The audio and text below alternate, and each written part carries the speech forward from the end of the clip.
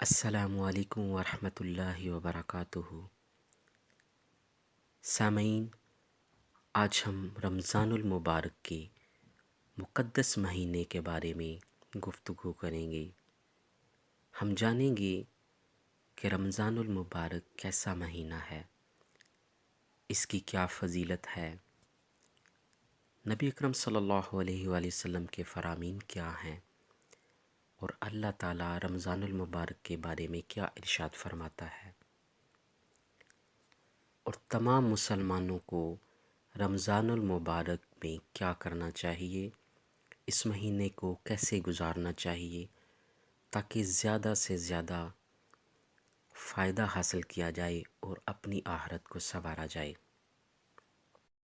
رمضان المبارک وہ مقدس مہینہ ہے جس کے بارے میں حضور سرور کائنات صلی اللہ علیہ وآلہ وسلم نے فرمایا، یہ برکتوں کا مہینہ ہے، اور قرآن حکیم میں ہے، مسلمانوں، تم پر روزے اس طرح فرض کر دیے گئے جس طرح تم سے پہلی امتوں اور قوموں پر اس سے پہلے فرض کیے گئے تھے تاکہ تم میں تقوی پیدا ہو۔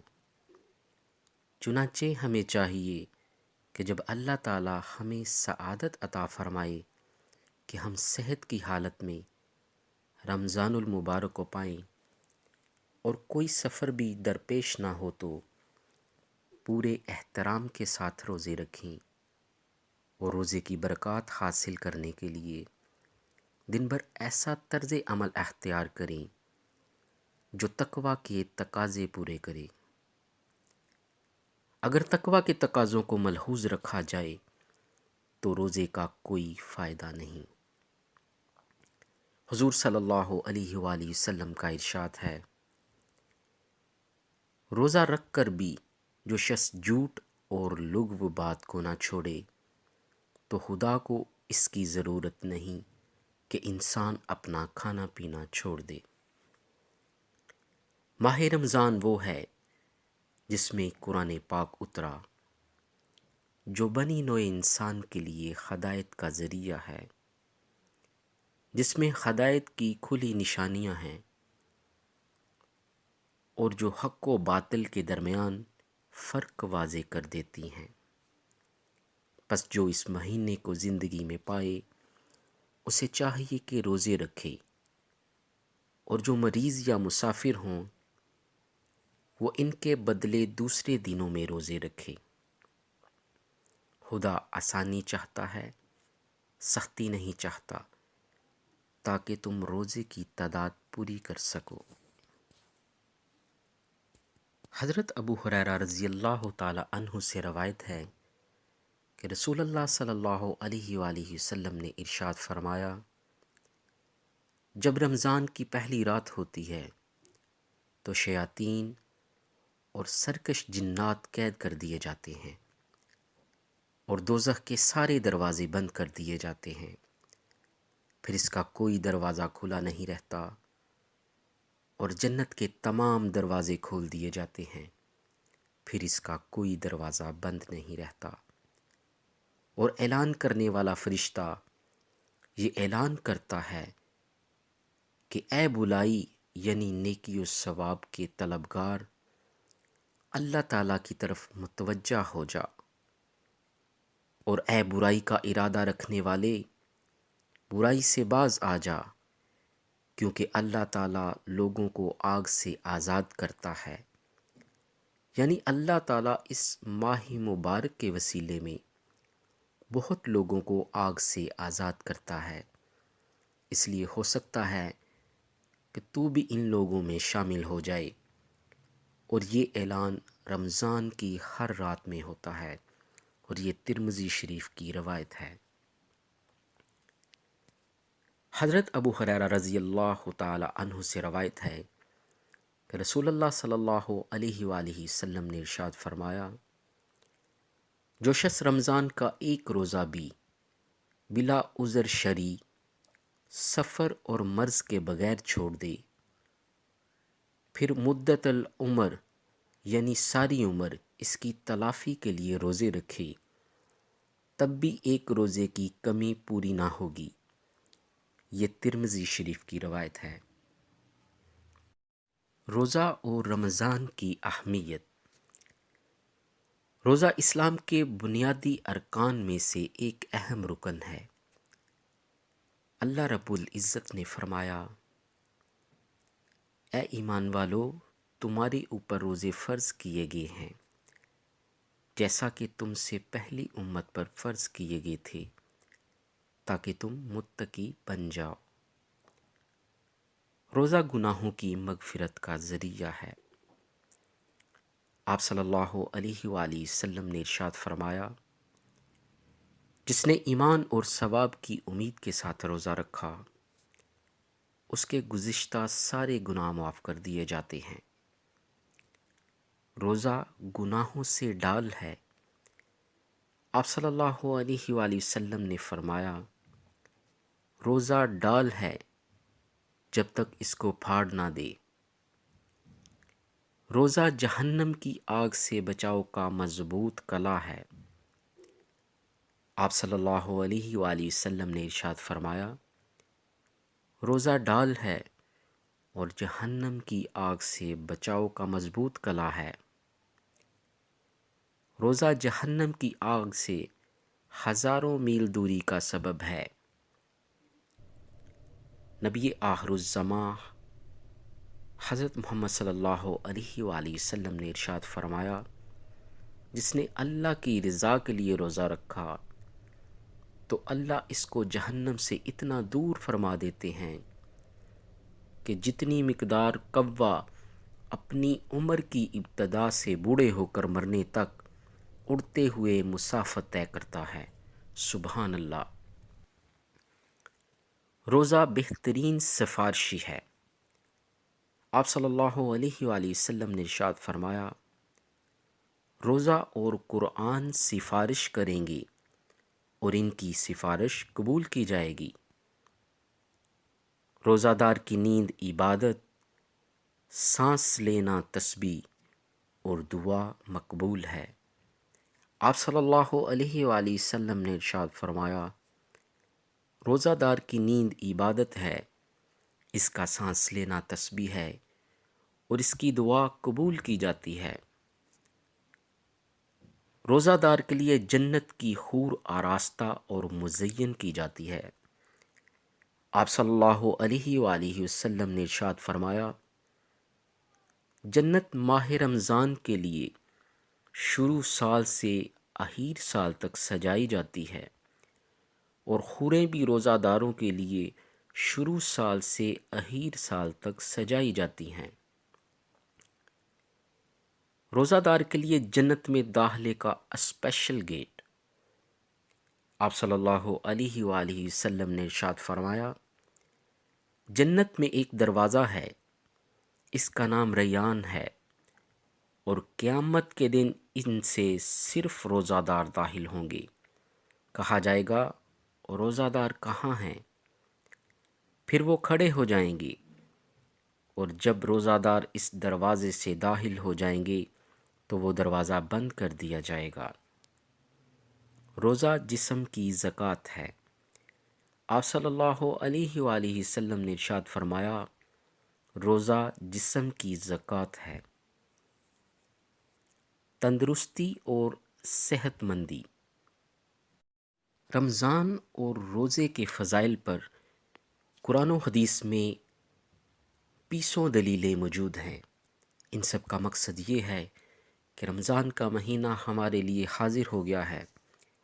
یہ اللہ تعالیٰ کی طرف سے ایک پیکیج ہے جس کی مدت بہت محدود ہے۔ جس قدر چاہیں ہم اس سے فائدہ اٹھائیں، اور فائدہ وہی اٹھاتا ہے جو عقل مند ہو۔ اگر آپ اپنے آپ کو عقل مندوں کی فہرست میں شمار کرتے ہیں تو خوب فائدہ اٹھا کر اپنے عقل مند ہونے کا ثبوت دیں۔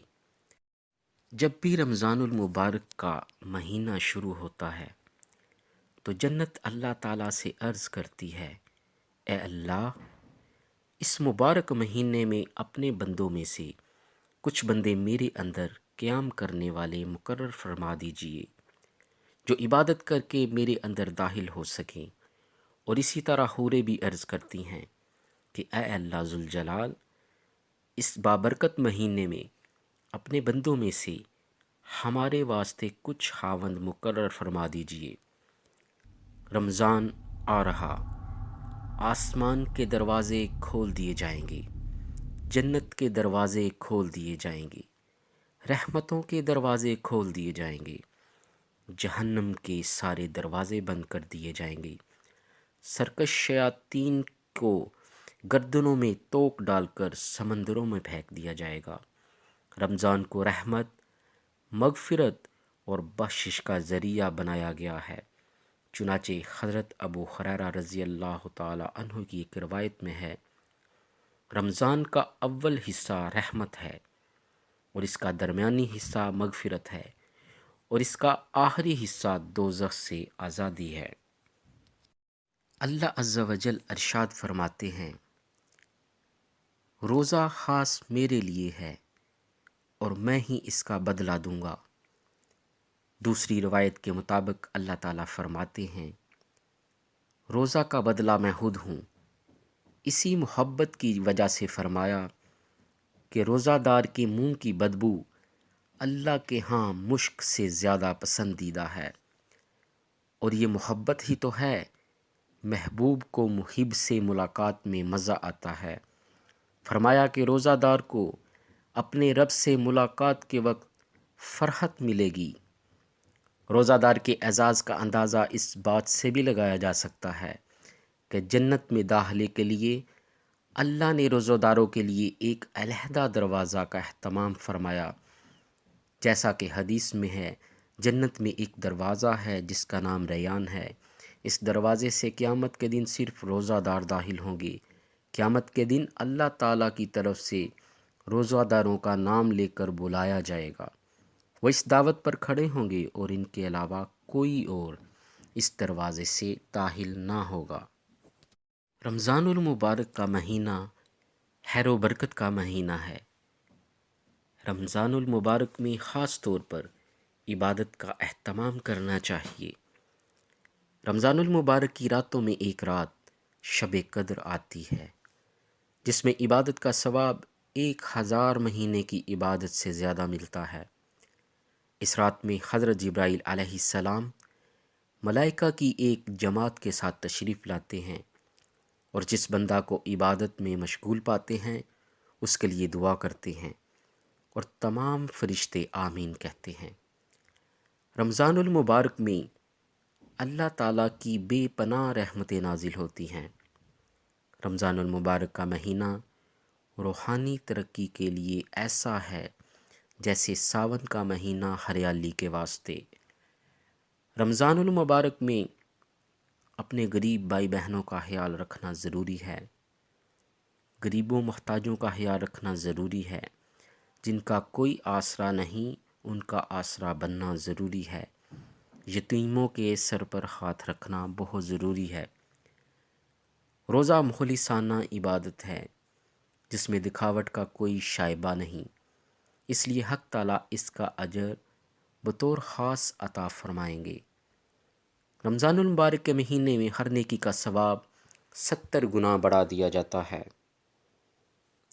حضرت علی رضی اللہ تعالی عنہ سے روایت ہے کہ جب رمضان شریف کی پہلی رات ہوئی تو سرکار دو عالم صلی اللہ علیہ وآلہ وسلم سے خطاب کرنے کے لیے کھڑے ہوئے اور اللہ تعالیٰ کی حمد و ثنا بیان کر کے ارشاد فرمایا، اے لوگو، تمہاری طرف سے تمہارے دشمن جنات کے لیے خداوند تعالیٰ کافی ہیں، اور اللہ تعالیٰ نے تم سے دعا قبول کرنے کا وعدہ فرمایا ہے۔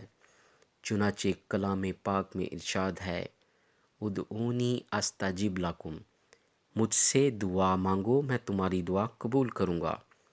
خوب سن لو، اللہ تعالیٰ نے ہر سرکش شیطان پر 7 فرشتے نگرانی کے لیے مقرر فرما دیے ہیں، لہٰذا اب وہ ماہ رمضان گزرنے تک چھوٹنے والے نہیں ہیں۔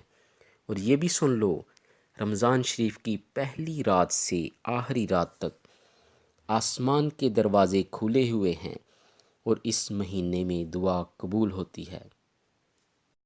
حضرت عبداللہ بن عباس رضی اللہ تعالی عنہ سے روایت ہے کہ انہوں نے رسول اکرم صلی اللہ علیہ وآلہ وسلم کو یہ ارشاد فرماتے سنا کہ جنت کو رمضان مبارک کے لیے خوشبوؤں کی دھونی دی جاتی ہے اور شروع سال سے آخر تک اسے آراستہ کیا جاتا ہے۔ جب رمضان کی پہلی رات ہوتی ہے، عرش کے نیچے سے ایک ہوا چلتی ہے جس کا نام مشیرہ ہے۔ اس کے جھونکوں سے جنت کے درختوں کے پتے اور دروازوں کے حلقے بجنے لگتے ہیں۔ جنت کے دروازے حضور پاک صلی اللہ علیہ وآلہ وسلم کی امت کے لیے کھول دیے جاتے ہیں اور جہنم کے دروازے بند کر دیے جاتے ہیں، اور حضرت جبرائیل علیہ السلام کو حکم ہوتا ہے کہ سرکش شیاطین کو قید کر کے گلے میں توک ڈال کر دریا میں پھینک دو تاکہ امت محمدی صلی اللہ علیہ وآلہ وسلم کے روزوں کو خراب نہ کرے۔ حضور اکرم صلی اللہ علیہ وآلہ وسلم نے یہ بھی فرمایا کہ اللہ تعالیٰ ایک منادی کرنے والے کو حکم دیتے ہیں کہ 3 مرتبہ یہ آواز دے، ہے کوئی مانگنے والا جس کو میں عطا کروں، ہے کوئی توبہ کرنے والا جس کی میں توبہ قبول کروں، ہے کوئی مغفرت چاہنے والا کہ میں اس کی مغفرت کروں۔ حضور اکرم صلی اللہ علیہ وآلہ وسلم رمضان کی اہمیت واضح کرتے ہوئے فرماتے ہیں کہ اگر بندوں کو معلوم ہوتا کہ رمضان کیا ہے تو میری امت تمنا کرتی کہ کاش پورا سال رمضان ہی ہو۔ روزہ دار کے منہ کی خوشبو اللہ کے نزدیک مشک سے زیادہ پسندیدہ ہے۔ روزہ دار کے لیے دریا کی مچھلیاں تک دعا کرتی ہیں۔ جنت ہر روز ان کے لیے آراستہ کی جاتی ہے۔ روزہ دار کا اس ماہ میں اٹھنا، بیٹھنا، مزدوری کرنا اور سونا عبادت میں شمار کیا جاتا ہے۔ روزہ کا ایک بہت بڑا اجر اللہ کی زیارت ہے جو روزہ دار کو محشر کے دن نصیب ہوگی۔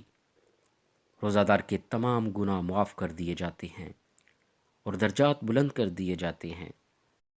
نبی اکرم صلی اللہ علیہ وآلہ وسلم نے ارشاد فرمایا، جو شخص اللہ کے راستے میں ایک دن کا روزہ رکھے گا، اللہ تعالیٰ اس کے بدلے اس کے چہرے کو آگ سے 70 سال کی مسافت پر رکھے گا۔ سبحان اللہ۔